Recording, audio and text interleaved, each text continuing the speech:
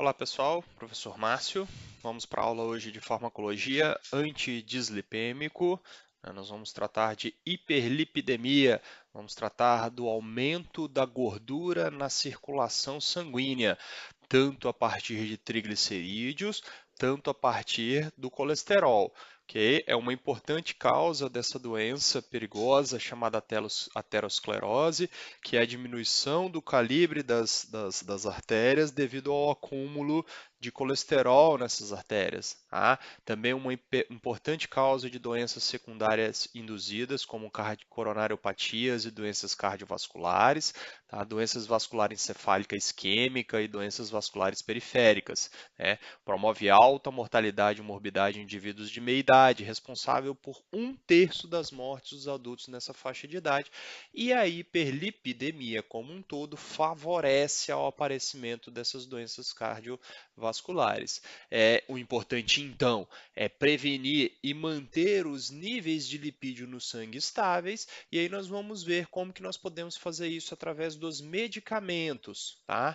Conceituando dislipidemia, são alterações das gorduras ou lipídios no sangue, né? A hipertrigliceridemia é o aumento dos triglicerídeos, é a forma que o organismo tem de guardar energia, de guardar gordura no nosso organismo.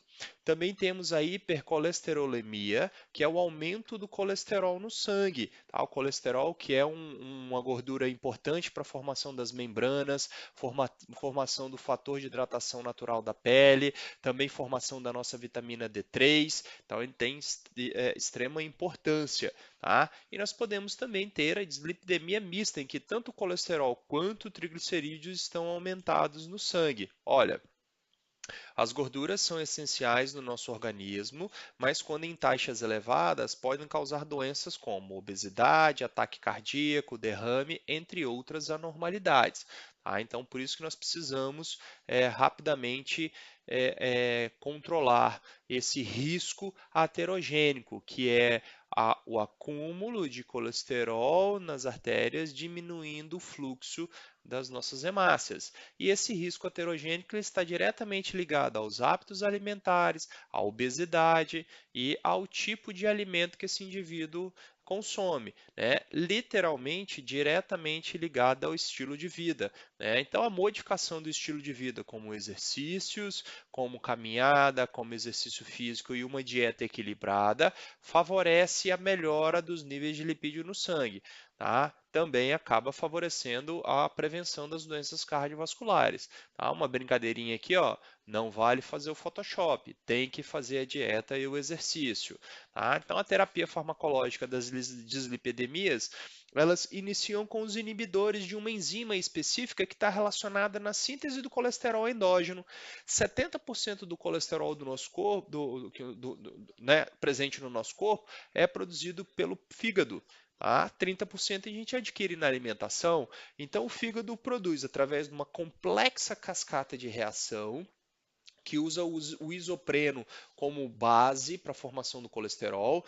É uma cascata que depende de várias enzimas específicas, principalmente essa enzima aqui, ó, a hidroximetilglutaril coenzima A redutase, né, que é uma etapa limitante da reação. Algumas substâncias, como as estatinas, inibem essa enzima, faz com que diminua a produção endógena do nosso colesterol. Isso faz com que você diminua a quantidade de colesterol no sangue. Nós também podemos utilizar resinas de ligação com sais biliares. O que elas fazem? Os sais biliares são formados a partir do colesterol. O fígado sintetiza o colesterol advindo do HDL, sintetiza os sais biliares, libera no intestino, essas resinas se ligam aos sais biliares e acabam levando embora. Quando ela leva embora, o fígado estimula, né, estimula a produção de mais sais biliares, você acaba captando mais colesterol do sangue. O ácido nicotínico e a niacinamida aumenta a queima calórica, aumenta a lipólise, diminuindo os triglicerídeos. Os derivados do ácido fíbrico também, eles estimulam a uma cascata de transcrição chamada PPPARS, que aumenta a lipólise do indivíduo, e a gente também pode utilizar os inibidores da absorção de colesterol, como é o caso da ezetimiba. Ela atua lá no enterócito, lá no intestino, impedindo o enterócito de absorver o colesterol oriundo da alimentação. Tá?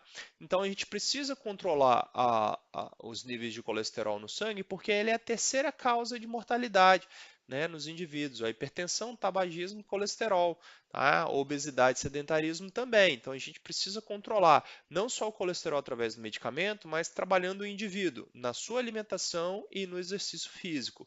Tá? Os fatores de riscos são principalmente as doenças coronarianas, ó, o fumo, a diabetes mellitus, a hipertensão arterial sistêmica acima de 140, o próprio HDL abaixo de 40, um histórico familiar de aterosclerose, indivíduos com homens com mais de 45 e mulheres com mais de 55 anos. Tá?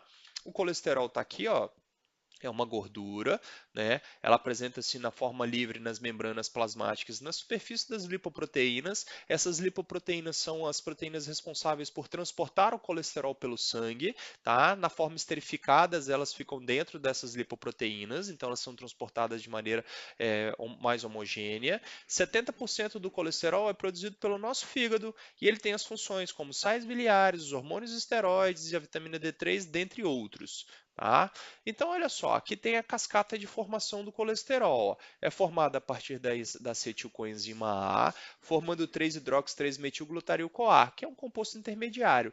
Esse composto é substrato da hidroximetilglutariol-CoA redutase, formando o ácido mevalônico, e assim a reação prossegue até formar o colesterol. O que as estatinas fazem? Elas inibem essa enzima, bloqueiam essa conversão e diminuem então a síntese de colesterol endógeno. Com menos colesterol circulante, a gente consegue reduzir e controlar os níveis de colesterol no organismo. Tá?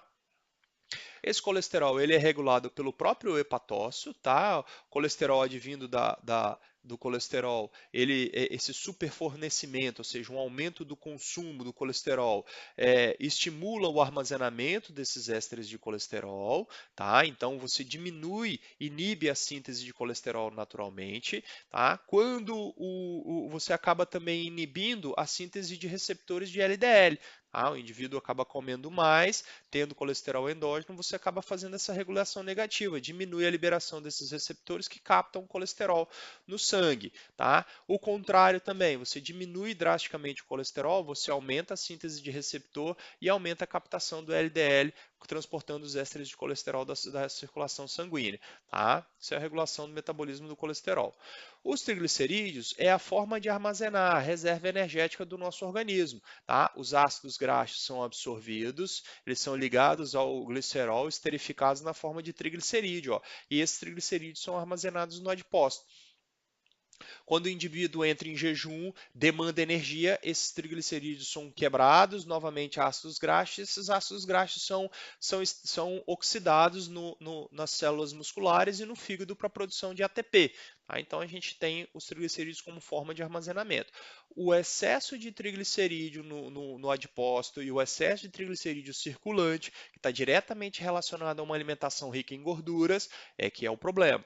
Tá? Responsáveis pelo isolamento térmico, componente das lipoproteínas, conhecidos também como triacilgliceróis. Tá? Então aqui você tem a formação do triacilglicerol. Ó. Uma molécula de ácido graxo se liga ao glicerol 3-fosfatado, outra molécula e mais uma, as três moléculas formam o triacilglicerol. Essa reação ela pode ser tanto de formação quanto de degradação. Tá? E aqui nós temos, ó, por exemplo, o adipócito. Tá? O adipócito. Os triglicerídeos são transportados do intestino através dos quilomicrons. Tá? Os quilomicrons são apolipoproteínas que se carregam o triglicerídeo da alimentação até o adipócito. Aqui no adipócito, esses triglicerídeos são quebrados em ácidos graxos livres. Só e somente só os ácidos graxos livres conseguem atravessar a membrana. Lá dentro da célula, ele é reesterificado em triglicerídeo, certo? Esse processo é chamado anabolismo e depende diretamente da presença da insulina. Indivíduos diabéticos que têm deficiência na produção e liberação de insulina também têm deficiência na absorção de gordura. tá? Então, normalmente, indivíduo que é diabético descompensado por queda na produção de insulina tem o triglicerídeo elevado. Okay? Então, é uma reação totalmente dependente. E a própria glicose, ela é absorvida e convertida em triglicerídeos como forma de armazenamento. O indivíduo entrou em jejum, diminuiu o seu estoque de glicose, diminuiu o seu estoque de glicogênio, o triglicerídeo passa pelo processo de catabolismo, os triglicerídeos são transformados em ácidos graxos e os ácidos graxos são liberados na corrente sanguínea para poder fornecer ATP na forma da beta-oxidação. Então, esse é o ciclo de formação dos triglicerídeos. Então, importantíssimo, tá? Indivíduos com síndrome metabólica, em que ele é diabético, hipertenso e com o triglicerídeo e colesterol alto, pode observar a insulina que ele deve apresentar resistência periférica à insulina ou baixos níveis de insulina circulante, ok? Como as gorduras são transportadas no sangue? Através das lipoproteínas. Os quilomicrons são responsáveis por transportar as gorduras da alimentação. Então, o indivíduo acaba de ingerir, acaba de almoçar, as gorduras ali presentes são transportadas dos quilomicrons pelos enterócitos até o fígado. Perfeito? Lá no fígado, esses restos de quilomicrons são transformados em VLDL, que estão presentes triglicerídeos e colesterol. Esse VLDL libera os triglicerídeos no adipócito, fica com a maior quantidade de colesterol, chamado LDL. Esse LDL distribui o colesterol em todas as células do nosso corpo e o HDL é o responsável por captar o excesso de colesterol nos tecidos, trazendo de volta para o fígado. Tá?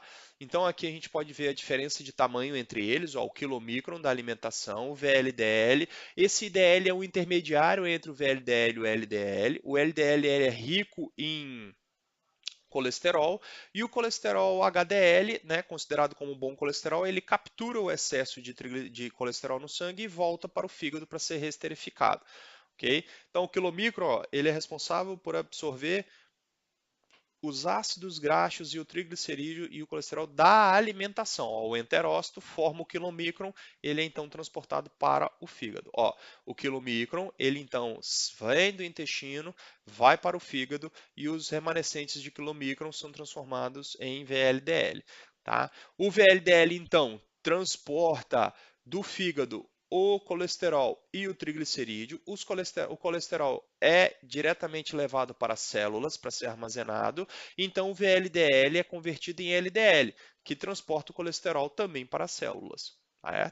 O problema é que esse excesso de transporte de colesterol acaba sendo oxidado na corrente sanguínea e acumulando na parede dos tecidos. Tá? O HDL é o responsável por capturar esse excesso de colesterol. Tá? O HDL ó, é o responsável de pegar esse excesso de colesterol extracelular e levar de volta para o fígado para formar a bile. Então, relembrando aqui, ó, o alimento, as gorduras através do intestino são transportadas pelos quilomicrons direto para as células e os remanescentes vão para o fígado. Lá no fígado, o colesterol sintetizado mais a gordura da alimentação é transportado na forma de VLDL para as células. O LDL remanescente carrega o colesterol também para as células. Esse excesso de colesterol nas células são transportados pelo HDL de volta para o fígado, produzindo a bile. Tá? Então, esse é o ciclo normal. O problema é quando o excesso de colesterol no sangue, né, pode ser oxidado e esse colesterol acaba aderindo na parede das artérias, se acumulando. Então, o HDL é o bom colesterol, carrega o excesso de colesterol do sangue de volta para o fígado, onde ele é quebrado, então removido do nosso corpo através dos sais biliares. Essa é a forma que o HDL controla os níveis altos de colesterol. Já o LDL, considerado mau colesterol, ele carrega o colesterol do fígado para as suas células. Porém, quando você tem muito LDL, ele acaba por obstruindo as artérias, causando o entupimento, a diminuição do calibre dessas artérias. Tá? Isso reduz o fluxo sanguíneo e também pode provocar lesões no coração. Okay? Aqui são as taxas ótimas de colesterol e triglicerídeo, o total abaixo de 200 miligramas, o LDL abaixo de 130 e o colesterol HDL acima de 60 é o ideal. Tá? situações perigosas é quando esse nível está abaixo de 40 e o colesterol LDL acima de 159. Os triglicerídeos devem ficar abaixo de 150, tá? E isso é uma meta a seguir. Olha esse estudo aqui, traz a relação entre o colesterol sanguíneo e a mortalidade vascular. Com o aumento do colesterol, aumenta o risco de doença cardiovascular. Veja bem, no indivíduo de 40 a 50 anos, aumenta em até 8 vezes o risco de doença cardiovascular com o aumento do colesterol sanguíneo. Tá? Com o aumento do triglicerídeo, também aumenta o risco do indivíduo de desenvolver doença cardiovascular. Já quando a gente fala no aumento do HDL, esse risco diminui drasticamente. Isso é interessantíssimo, né? O HDL é a meta. Ó, o aumento do HDL diminui o risco de doença cardíaca. O aumento do colesterol LDL aumenta o risco de doença cardíaca, doença coronariana. Aí a síndrome metabólica, né, é uma síndrome feita pela presença de pelo menos 3 ou 4 fatores, 3 dos 5 fatores abaixo. A obesidade abdominal, né, doença da a circunferência da cintura em homens acima de 94 e 90 nas mulheres, triglicerídeo acima de 150, o HDL abaixo de 40 nos homens e abaixo de 50 nas mulheres, a pressão arterial acima de 13 por 8, 13 por 8,5 e a glicemia acima de 100. Então é muito fácil diagnosticar uma síndrome metabólica. O principal problema do colesterol alto é a aterosclerose, que é exatamente isso daqui, ó. O excesso de LDL, o excesso de colesterol acaba entrando na, na, na acaba entrando na camada íntima do endotélio. Lá dentro, ele acaba se oxidando pelo processo oxidativo, pelo estresse oxidativo, e o macrófago acaba englobando.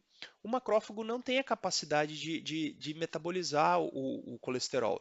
Então, ele acaba englobando várias e várias e várias células e o seu citoplasma fica lotado, fica entupido de colesterol, formando o que a gente chama de célula espumosa. Essa célula espumosa ela acaba liberando mediadores inflamatórios, porque o macrófago é uma célula inflamatória, ele entende que esse colesterol é ruim e ele acaba recrutando novas células, né? Esse excesso de interleucinas, de agentes inflamatórios, acaba que por lesando essa célula como um todo e liberando fatores de ativação plaquetária. As plaquetas que estão na circulação acabam se aderindo a esse local, formando os trombos. E a aterosclerose vai se formando como um ambiente inflamatório subclínico, com um acúmulo de células espumosas, tá? E a possível risco de formação de trombos. Tá vendo? O macrófago acaba sendo oxidado pelos radicais livres, liberando as interleucinas inflamatórias e produzindo um ambiente favorável à formação do trombo. Tá? Esse acúmulo de células espumosas acabam diminuindo, obstruindo o calibre da célula até que esse trombo se rompa e o indivíduo sofra uma doença, um risco cardiovascular. Okay? Todo esse ambiente é ocasionado exatamente pelo excesso de radicais livres, pelo estresse oxidativo do local. Isso acaba piorando a formação das células espumosas e piorando a formação da aterosclerose. Tá? Como reduzir o colesterol e prevenir a doença cardiovascular? Dieta, primeiro passo. Pobre em gorduras saturadas e colesterol e isento de gorduras trans. Colesterol, controlar os fatores de risco, né? E aí, se o paciente é fumante, se é hipertenso, se é diabético, se é sedentário. E por fim, a gente pode lançar mão dos medicamentos, como as estatinas, ezetimiba e as resinas. Tá? Olha só, diminuir em 40 miligramas o LDL circulante impacta e reduz em 27% o risco de infarto, 21% o risco de derrame, 25% a necessidade de angioplastias de ponte de safena e em 10% a mortalidade. Não aumenta o risco de câncer, tá? Então, o tratamento básico em homens e mulheres com ou sem doença vascular, idade, homens acima de 45 e mulheres acima de 55, pacientes com doença cerebral vascular ou vascular periférica, hipertensos e fumantes e pacientes diabéticos do tipo 2. A droga de primeira escolha são as estatinas, realmente elas reduzem muito a formação do colesterol, então diminui drasticamente os níveis, é uma boa opção. Ela é um inibidor seletivo da hidroximetilglutaril coenzima A redutase, né? Ela tem uma estrutura, ó, olha essa estrutura aqui, é muito semelhante ao mevalonato. Então ela faz uma inibição alostérica dessa enzima, tá? Impedindo, ó, uma inibição da redutase, impedindo a formação do colesterol. Isso acaba diminuindo os níveis na corrente sanguínea. Ela também diminui a agregação plaquetária, porque ela ativa anóxido do tipo 2, então melhora os casos de trombo, impede a formação dos trombos, tá? E ela ainda também impede o processo inflamatório, a formação dos tromboxanos, ajuda também nessa formação. Então, a estatina não só reduz a formação do colesterol, como aumenta a expectativa de vida do indivíduo. Tá? Ela é um antilipêmico, adjuvante no tratamento de hipercolesterolemia e diminuição do LDL circulante. Tá? É contraindicada em hipersensibilidade, doença hepática, porque ela é extensamente metabolizada pelo fígado, tá? Lactação e gravidez em crianças abaixo de 10 anos. Poxa, mas usar em crianças? Sim. Crianças acima de 10 anos com obesidade infantil já apresentam colesterol alto, tá? Levar em consideração isso. Precauções: alcoolismo, grande cirurgia, convulsões, distúrbios metabólicos endócrinos, doenças hepáticas, hipotensão, transplante e trauma. Os efeitos adversos das estatinas: mialgia, cefaleia, diarreia, constipação, tontura, flatulência, náusea, exantema, dor de estômago, azia e alterações das transaminases hepáticas. Interações medicamentosas com ciclosporina, eritromicina, genfibrosila, miodarona, verapamil e imunossupressores podem aumentar o risco de insuficiência renal. Modo de usar geralmente à noite. Sabe-se que o colesterol endógeno ele é mais sintetizado entre a meia-noite e as 2 horas da manhã. Então, normalmente as estatinas que têm uma meia-vida curta, elas devem ser tomadas à noite exatamente para inibir esse pico de produção do colesterol. O principal representante da classe é a simvastatina. Hoje ela é distribuída gratuitamente pelo Programa Farmácia Popular aqui no Brasil. Tá? É um derivado sintético da lovastatina, dose de 20 a 80 mg noturna, porque a meia-vida é curta. As doses não devem ser superior a 10 mg junto com a gemfibrosila. Não é uma boa associação. Tá? Melhor custo-benefício porque ela é bem barata. A atorvastatina não altera os níveis de HDL, já é um composto ativo, não precisa ser biotransformado. As doses podem iniciar 10 mg até 80, pacientes acima de 10 anos já podem utilizar. Ela também é excretada pela bile. A fluvastatina é totalmente sintético, 98% de ligação a proteínas plasmáticas. As doses podem começar de 40 mg até 80 mg, pacientes apenas acima de 18 anos. A lovastatina é o primeiro fármaco produzido, é o mais simples deles, isolado da cepa desse fungo aqui, o Aspergillus terreus. Torna-se ativa após biotransformação, né? A lactona se rompe, dando origem ao beta-hidroxiácido, que é o semelhante ao mevalônico, que faz a sua inibição. Dose de 20 mg à noite. A pravastatina também é um outro representante, ela tem um beta-hidroxiácido já exposto, então não precisa ser biotransformado, já é altamente efetiva, mas a meia-vida dela é bem curta, deve ser tomada à noite. Tá? Já a rosuvastatina é um composto sintético, a meia-vida dela é longa, tá? Então ela pode ser tomada em dose diária também durante o dia. É hepatoseletor, é um potente redutor da hidroximetilglutaril-CoA. Ela, 40 mg dia, já reduz em 55% o LDL, é o mais potente da classe, porém é o mais caro. Tá? Melhor estatina para melhorar o perfil aterogênico, tá? Então a rosuvastatina ela inibe até 55%. Tanto ela quanto a atorvastatina são as duas mais potentes. A simvastatina é o que tem o melhor custo-benefício, tá? Reduzindo o LDL. Quando a gente fala dos triglicerídeos, a gente pode lançar mão dos fibratos, os derivados do ácido fíbrico. Eles ativam a via da PP para alfa, ó, diminui a secreção do VLDL, diminui a síntese de triglicerídeo, aumenta a queima de a oxidação dos triglicerídeos, tá? Diminui a sua síntese. Então, os fibratos têm esse efeito estimulatório, lipolítico. Tá? O bezafibrato é um antilipêmico, meia-vida de 2 horas, deve ser tomado 200 mg 3 vezes ao dia. Potencializa os efeitos dos anticoagulantes. O ciprofibrato para mim, ele é o melhor representante da classe, porque você precisa tomar apenas uma dose ao dia e isso para o paciente é interessante, tá? Ele é usado no tratamento de hiperlipidemia, hipercolesterolemia e hipertrigliceridemia, tá? Potencializa o efeito da varfarina. Fenofibrato também é um fibrato interessante, tá? ele apresenta melhor eficácia reduzindo o LDL, é antilipêmico, pode potencializar os efeitos dos hipoglicemiantes orais, cuidado nos pacientes que fazem tratamento diabéticos. Tá? A genfibrosila foi o primeiro a ser elencado, ele estimula a síntese da ApoA, que é o representante do HDL, antilipêmico, meia-vida curta, contraindicado com estatinas, né? Pode ser associado à colestiramida, que é uma resina. A colestiramida é uma resina que atua sequestrando os sais biliares, faz com que o HDL capte mais colesterol do sangue para o fígado produzir mais sais biliares. Então, elas se ligam aos ácidos biliares no intestino delgado, impedindo a reabsorção desses e produzindo um complexo insolúvel que é excretado nas fezes. Então, o efeito dela é local, é feito na luz intestinal. Resulta em retirada contínua, porém parcial, dos ácidos biliares e da circulação enterohepática por intermédio de sua absorção. O aumento da perda fecal dos sais biliares resulta no aumento da oxidação do colesterol sistêmico para repor esses ácidos perdidos. Tá? Então, o efeito dela é bacana. A colestiramina é uma boa alternativa para associar com as estatinas. Tá? Início de ação em torno de 24 horas, dura por 2 a 4 semanas. É o fármaco de escolha para a hiperlipidemia primária, 4 gramas dissolvido em água 2 vezes ao dia. Podem associar com as estatinas, tá? E por fim, um fármaco, a ezetimiba, ela inibe a absorção do colesterol no intestino, tá? Isso diminui o colesterol sistêmico, tá? Pode ser associado a uma estatina, o Zeticin, é a simvastatina mais a ezetimiba, é um inibidor seletivo do colesterol, atua na borda da escova da superfície apical dos enterócitos relacionados no transporte de sódio, ou seja, no transporte do colesterol. Tá? Uma boa. 10 miligramas ao dia, é efeito sinérgico com as genfibrosilas e estatinas, ok? O ácido nicotínico foi o primeiro medicamento utilizado no tratamento do colesterol.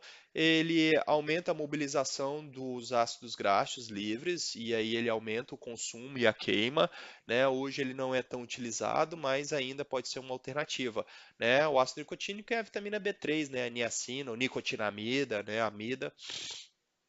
Uma outra alternativa é fármacos que também pode ser utilizado como adjuvante, o orlistat, que inibe a lipase intestinal, então diminui a degradação dos triglicerídeos, consequentemente diminui a sua absorção.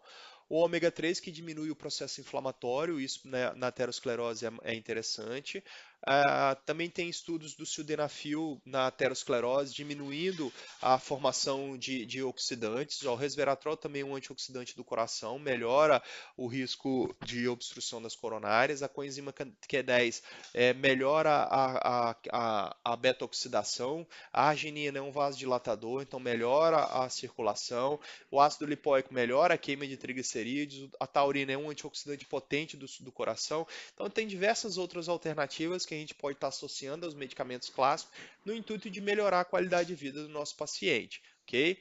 Então olha bem, a manutenção do peso corporal ideal, a ingestão de uma dieta com baixo teor de gordura saturada e colesterol e a prática de exercício físico constitui a base para o tratamento da dislipidemia, tá? Não é só o tratamento farmacológico.